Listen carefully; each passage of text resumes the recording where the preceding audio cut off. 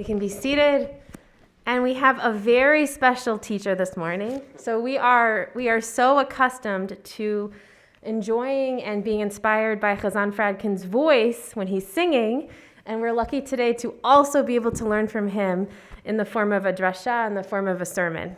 So. Thank you, Rabbi Michael. Okay. Shabbos. So, as you know, you were sitting here at Bench Gomel, so I came back from Israel about a week ago. I'll just start by saying the sermon I'm going to give is not specifically related to the reason I was there. The reason I was there was to facilitate an amazing project with Micah Hendler and USY, who I put together as part of a project to create what we call like a flash choir that would perform a piece, was well known, called Olam Chesed, which was written by Rabbi Menachem Creditor on the occasion, I think, of his daughter's birth right after 9/11, thinking about, and literally in the ashes of 9/11, how to build a better, more peaceful and loving world, how to build a world of love. And so he wrote this song that became very well known for Jewish sort of social justice rallies and causes and things of that nature. USY had decided they wanted to name their convention last December Olam Chesed, and so that was where the idea was born, to have them, a group of them, perform this song arranged by Micah. Because of COVID, we postponed it to Jerusalem, where we have a bunch of USYers ending their trips in Jerusalem in late July, and we were able to gather them and do this incredible project with Micah's other chorus, the Jerusalem Youth Chorus, which has been going on for at least, I think, 10 years.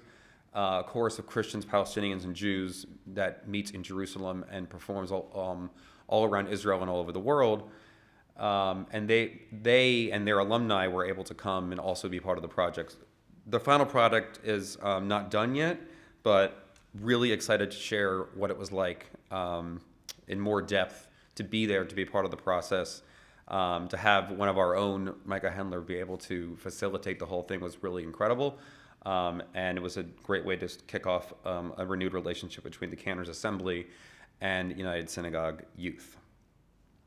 So this sermon is called A Cave in Israel.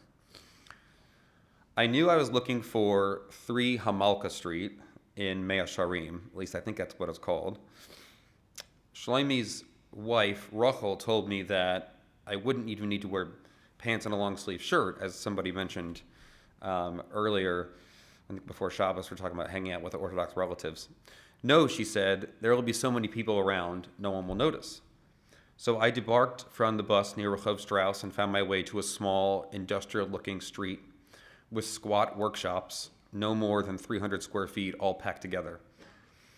I didn't see my cousin Shlomi anywhere, so I called to a few guys wandering around, dressed in suspenders and covered in soot, as if they were time travelers from industrial England circa 1875. One of them, it turns out, was actually my very Haredi cousin, Shlomi. When I was growing up, we didn't see my from Baltimore cousins that often, mostly when my grandparents would visit and the whole family would get together. Other than that, we only spoke of them in judgmental and apoplectic terms because they seemed to come from a different world, dressed in their black hats, keeping strictly kosher and refusing to touch anyone of the opposite sex unless they were a biological family. And yes, down the line, that did cause some harm. Yep, they were fundamentalist Jews with no interest in the Western culture, scientific beliefs, and progressive viewpoints that we held as liberally minded Jews. But then, my cousin Shlomi, upon hearing that I would be traveling to Israel, offered to pick me up at the airport when I arrived a few weeks ago, last week, for a short stay to facilitate this choral project that I told you about. Just so you know, people don't drive to the airport to pick anyone up in Israel. At least I never had anyone do that for me. You take a Sheirut, a taxi, or now you take the train, and you text when you get off in Jerusalem or wherever you're going. Not Shlomi. He picked me up by taking the train to the airport himself, buying me a bottle of water, and handing me a 50 shekel Rav-Kov Metro card to get around. During our trip into the city, we discussed family, davening on the train, his family life, and his workshop for making batim, which are the housings for the klafim, the scrolls that go into the arm part of the tefillin and the yad and the rosh part of the tefillin.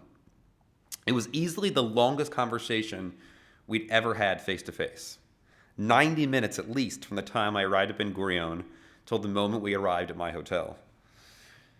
Next day at his workshop, we talked about his machinery, his productivity, his philosophy on observance, interest in the scientific underpinnings of the universe, and God's presence in creation, evidenced by the beauty in the natural world. Yep, my Haredi cousin loves science. Parshat Devarim is well known for its proximity to Tisha B'Av. It is always the Torah portion read just before the 9th of Av, the commemoration of the temple's destruction in 70 CE. Its Haftarah, known as Chazon, contains many passages that reference the destruction, as you heard or chanted in the trope of Lamentations. In one notable passage early in the Torah reading, Moses, exasperated from the chaos, fighting, and discord in the Israelite community, cries out, Eicha esa levadi tarchachem umasachem v'rivchem. How can I carry by myself all of your infighting, burden, and strife? Now, I should say that this is considered one of the more positive occasions, utterances of the word Eicha, because he ends up appointing elders and leaders in Israel. But still, the connection with Eicha is strong and evident here, sort of the later utterings of the prophet Jeremiah. We know from the sages that infighting, sinat chinam, is one of the given reasons for our downfall and the temple's destruction. In other words, the demonization of one another and alienation. Nowhere is this more demonstrable today within Klal Yisrael than Orthodox to non-Orthodox relations in Israel. The Israeli government is split constantly over the issue of residents who refuse to serve in the army and are paid to not work, but rather study in yeshiva. And it causes a lot of enmity in society between secular and religious Jews. The politics of the Western Wall have been aflame the last 5 to 10 years, and with many groups protesting for women's equal rights to pray and sing on their side of the kotel. Some of my former yeshiva teachers were arrested in the last few summers in such protests. My cousin represents some of these political difficulties. He did not serve in the army, although he moved to Israel above the age of 18, and he does work and bring an income part-time as a maker of batim. I told my cousin I was shocked by his worldly views and that I thought many people assumed lots of things about the Orthodox that were simply untrue. Namely, that they don't experience the same desires, struggles, and self-doubt the rest of us do, not to mention believing in science or emotional and spiritual growth. We assume the Haredi live on a higher spiritual plane. Shlomi found my revelation fascinating and remarked that he didn't consider himself above anything, but he expected a great deal more from himself, to constantly reform himself, as a Haredi Jew, as compared with his peers, to practice introspection in regards to his interactions with the world, and learn about his own abilities to adapt to the challenges others present him. My cousin is big into emotional growth. As I stood in my cousin's workshop, a seemingly tiny cave in an area of Jerusalem I would never otherwise visit, I was astounded by the warmth, the earnestness, and frankly, the enlightened perspective of his Torah, his worldview, and his love for his fellow Jews, including me. In fact, one of the things that he expounded upon was that he's very into a particular society whose name I forget now, that's its whole mission is to promote derech eretz, meaning basically the way that Jews treat each other, the Klal Yisrael treats each other. And so I wanted to end by saying that on this Shabbat, hopefully we can remember that sometimes all we need to change our beliefs is an invitation. Haredim are people, even if we don't agree with all of their views, and they don't agree with all of ours. And if Tisha B'Av is to mean anything, it's the hope that we can all find the small caves of connection and conversation rather than remaining safe within the walls we've built. Shabbat Shalom.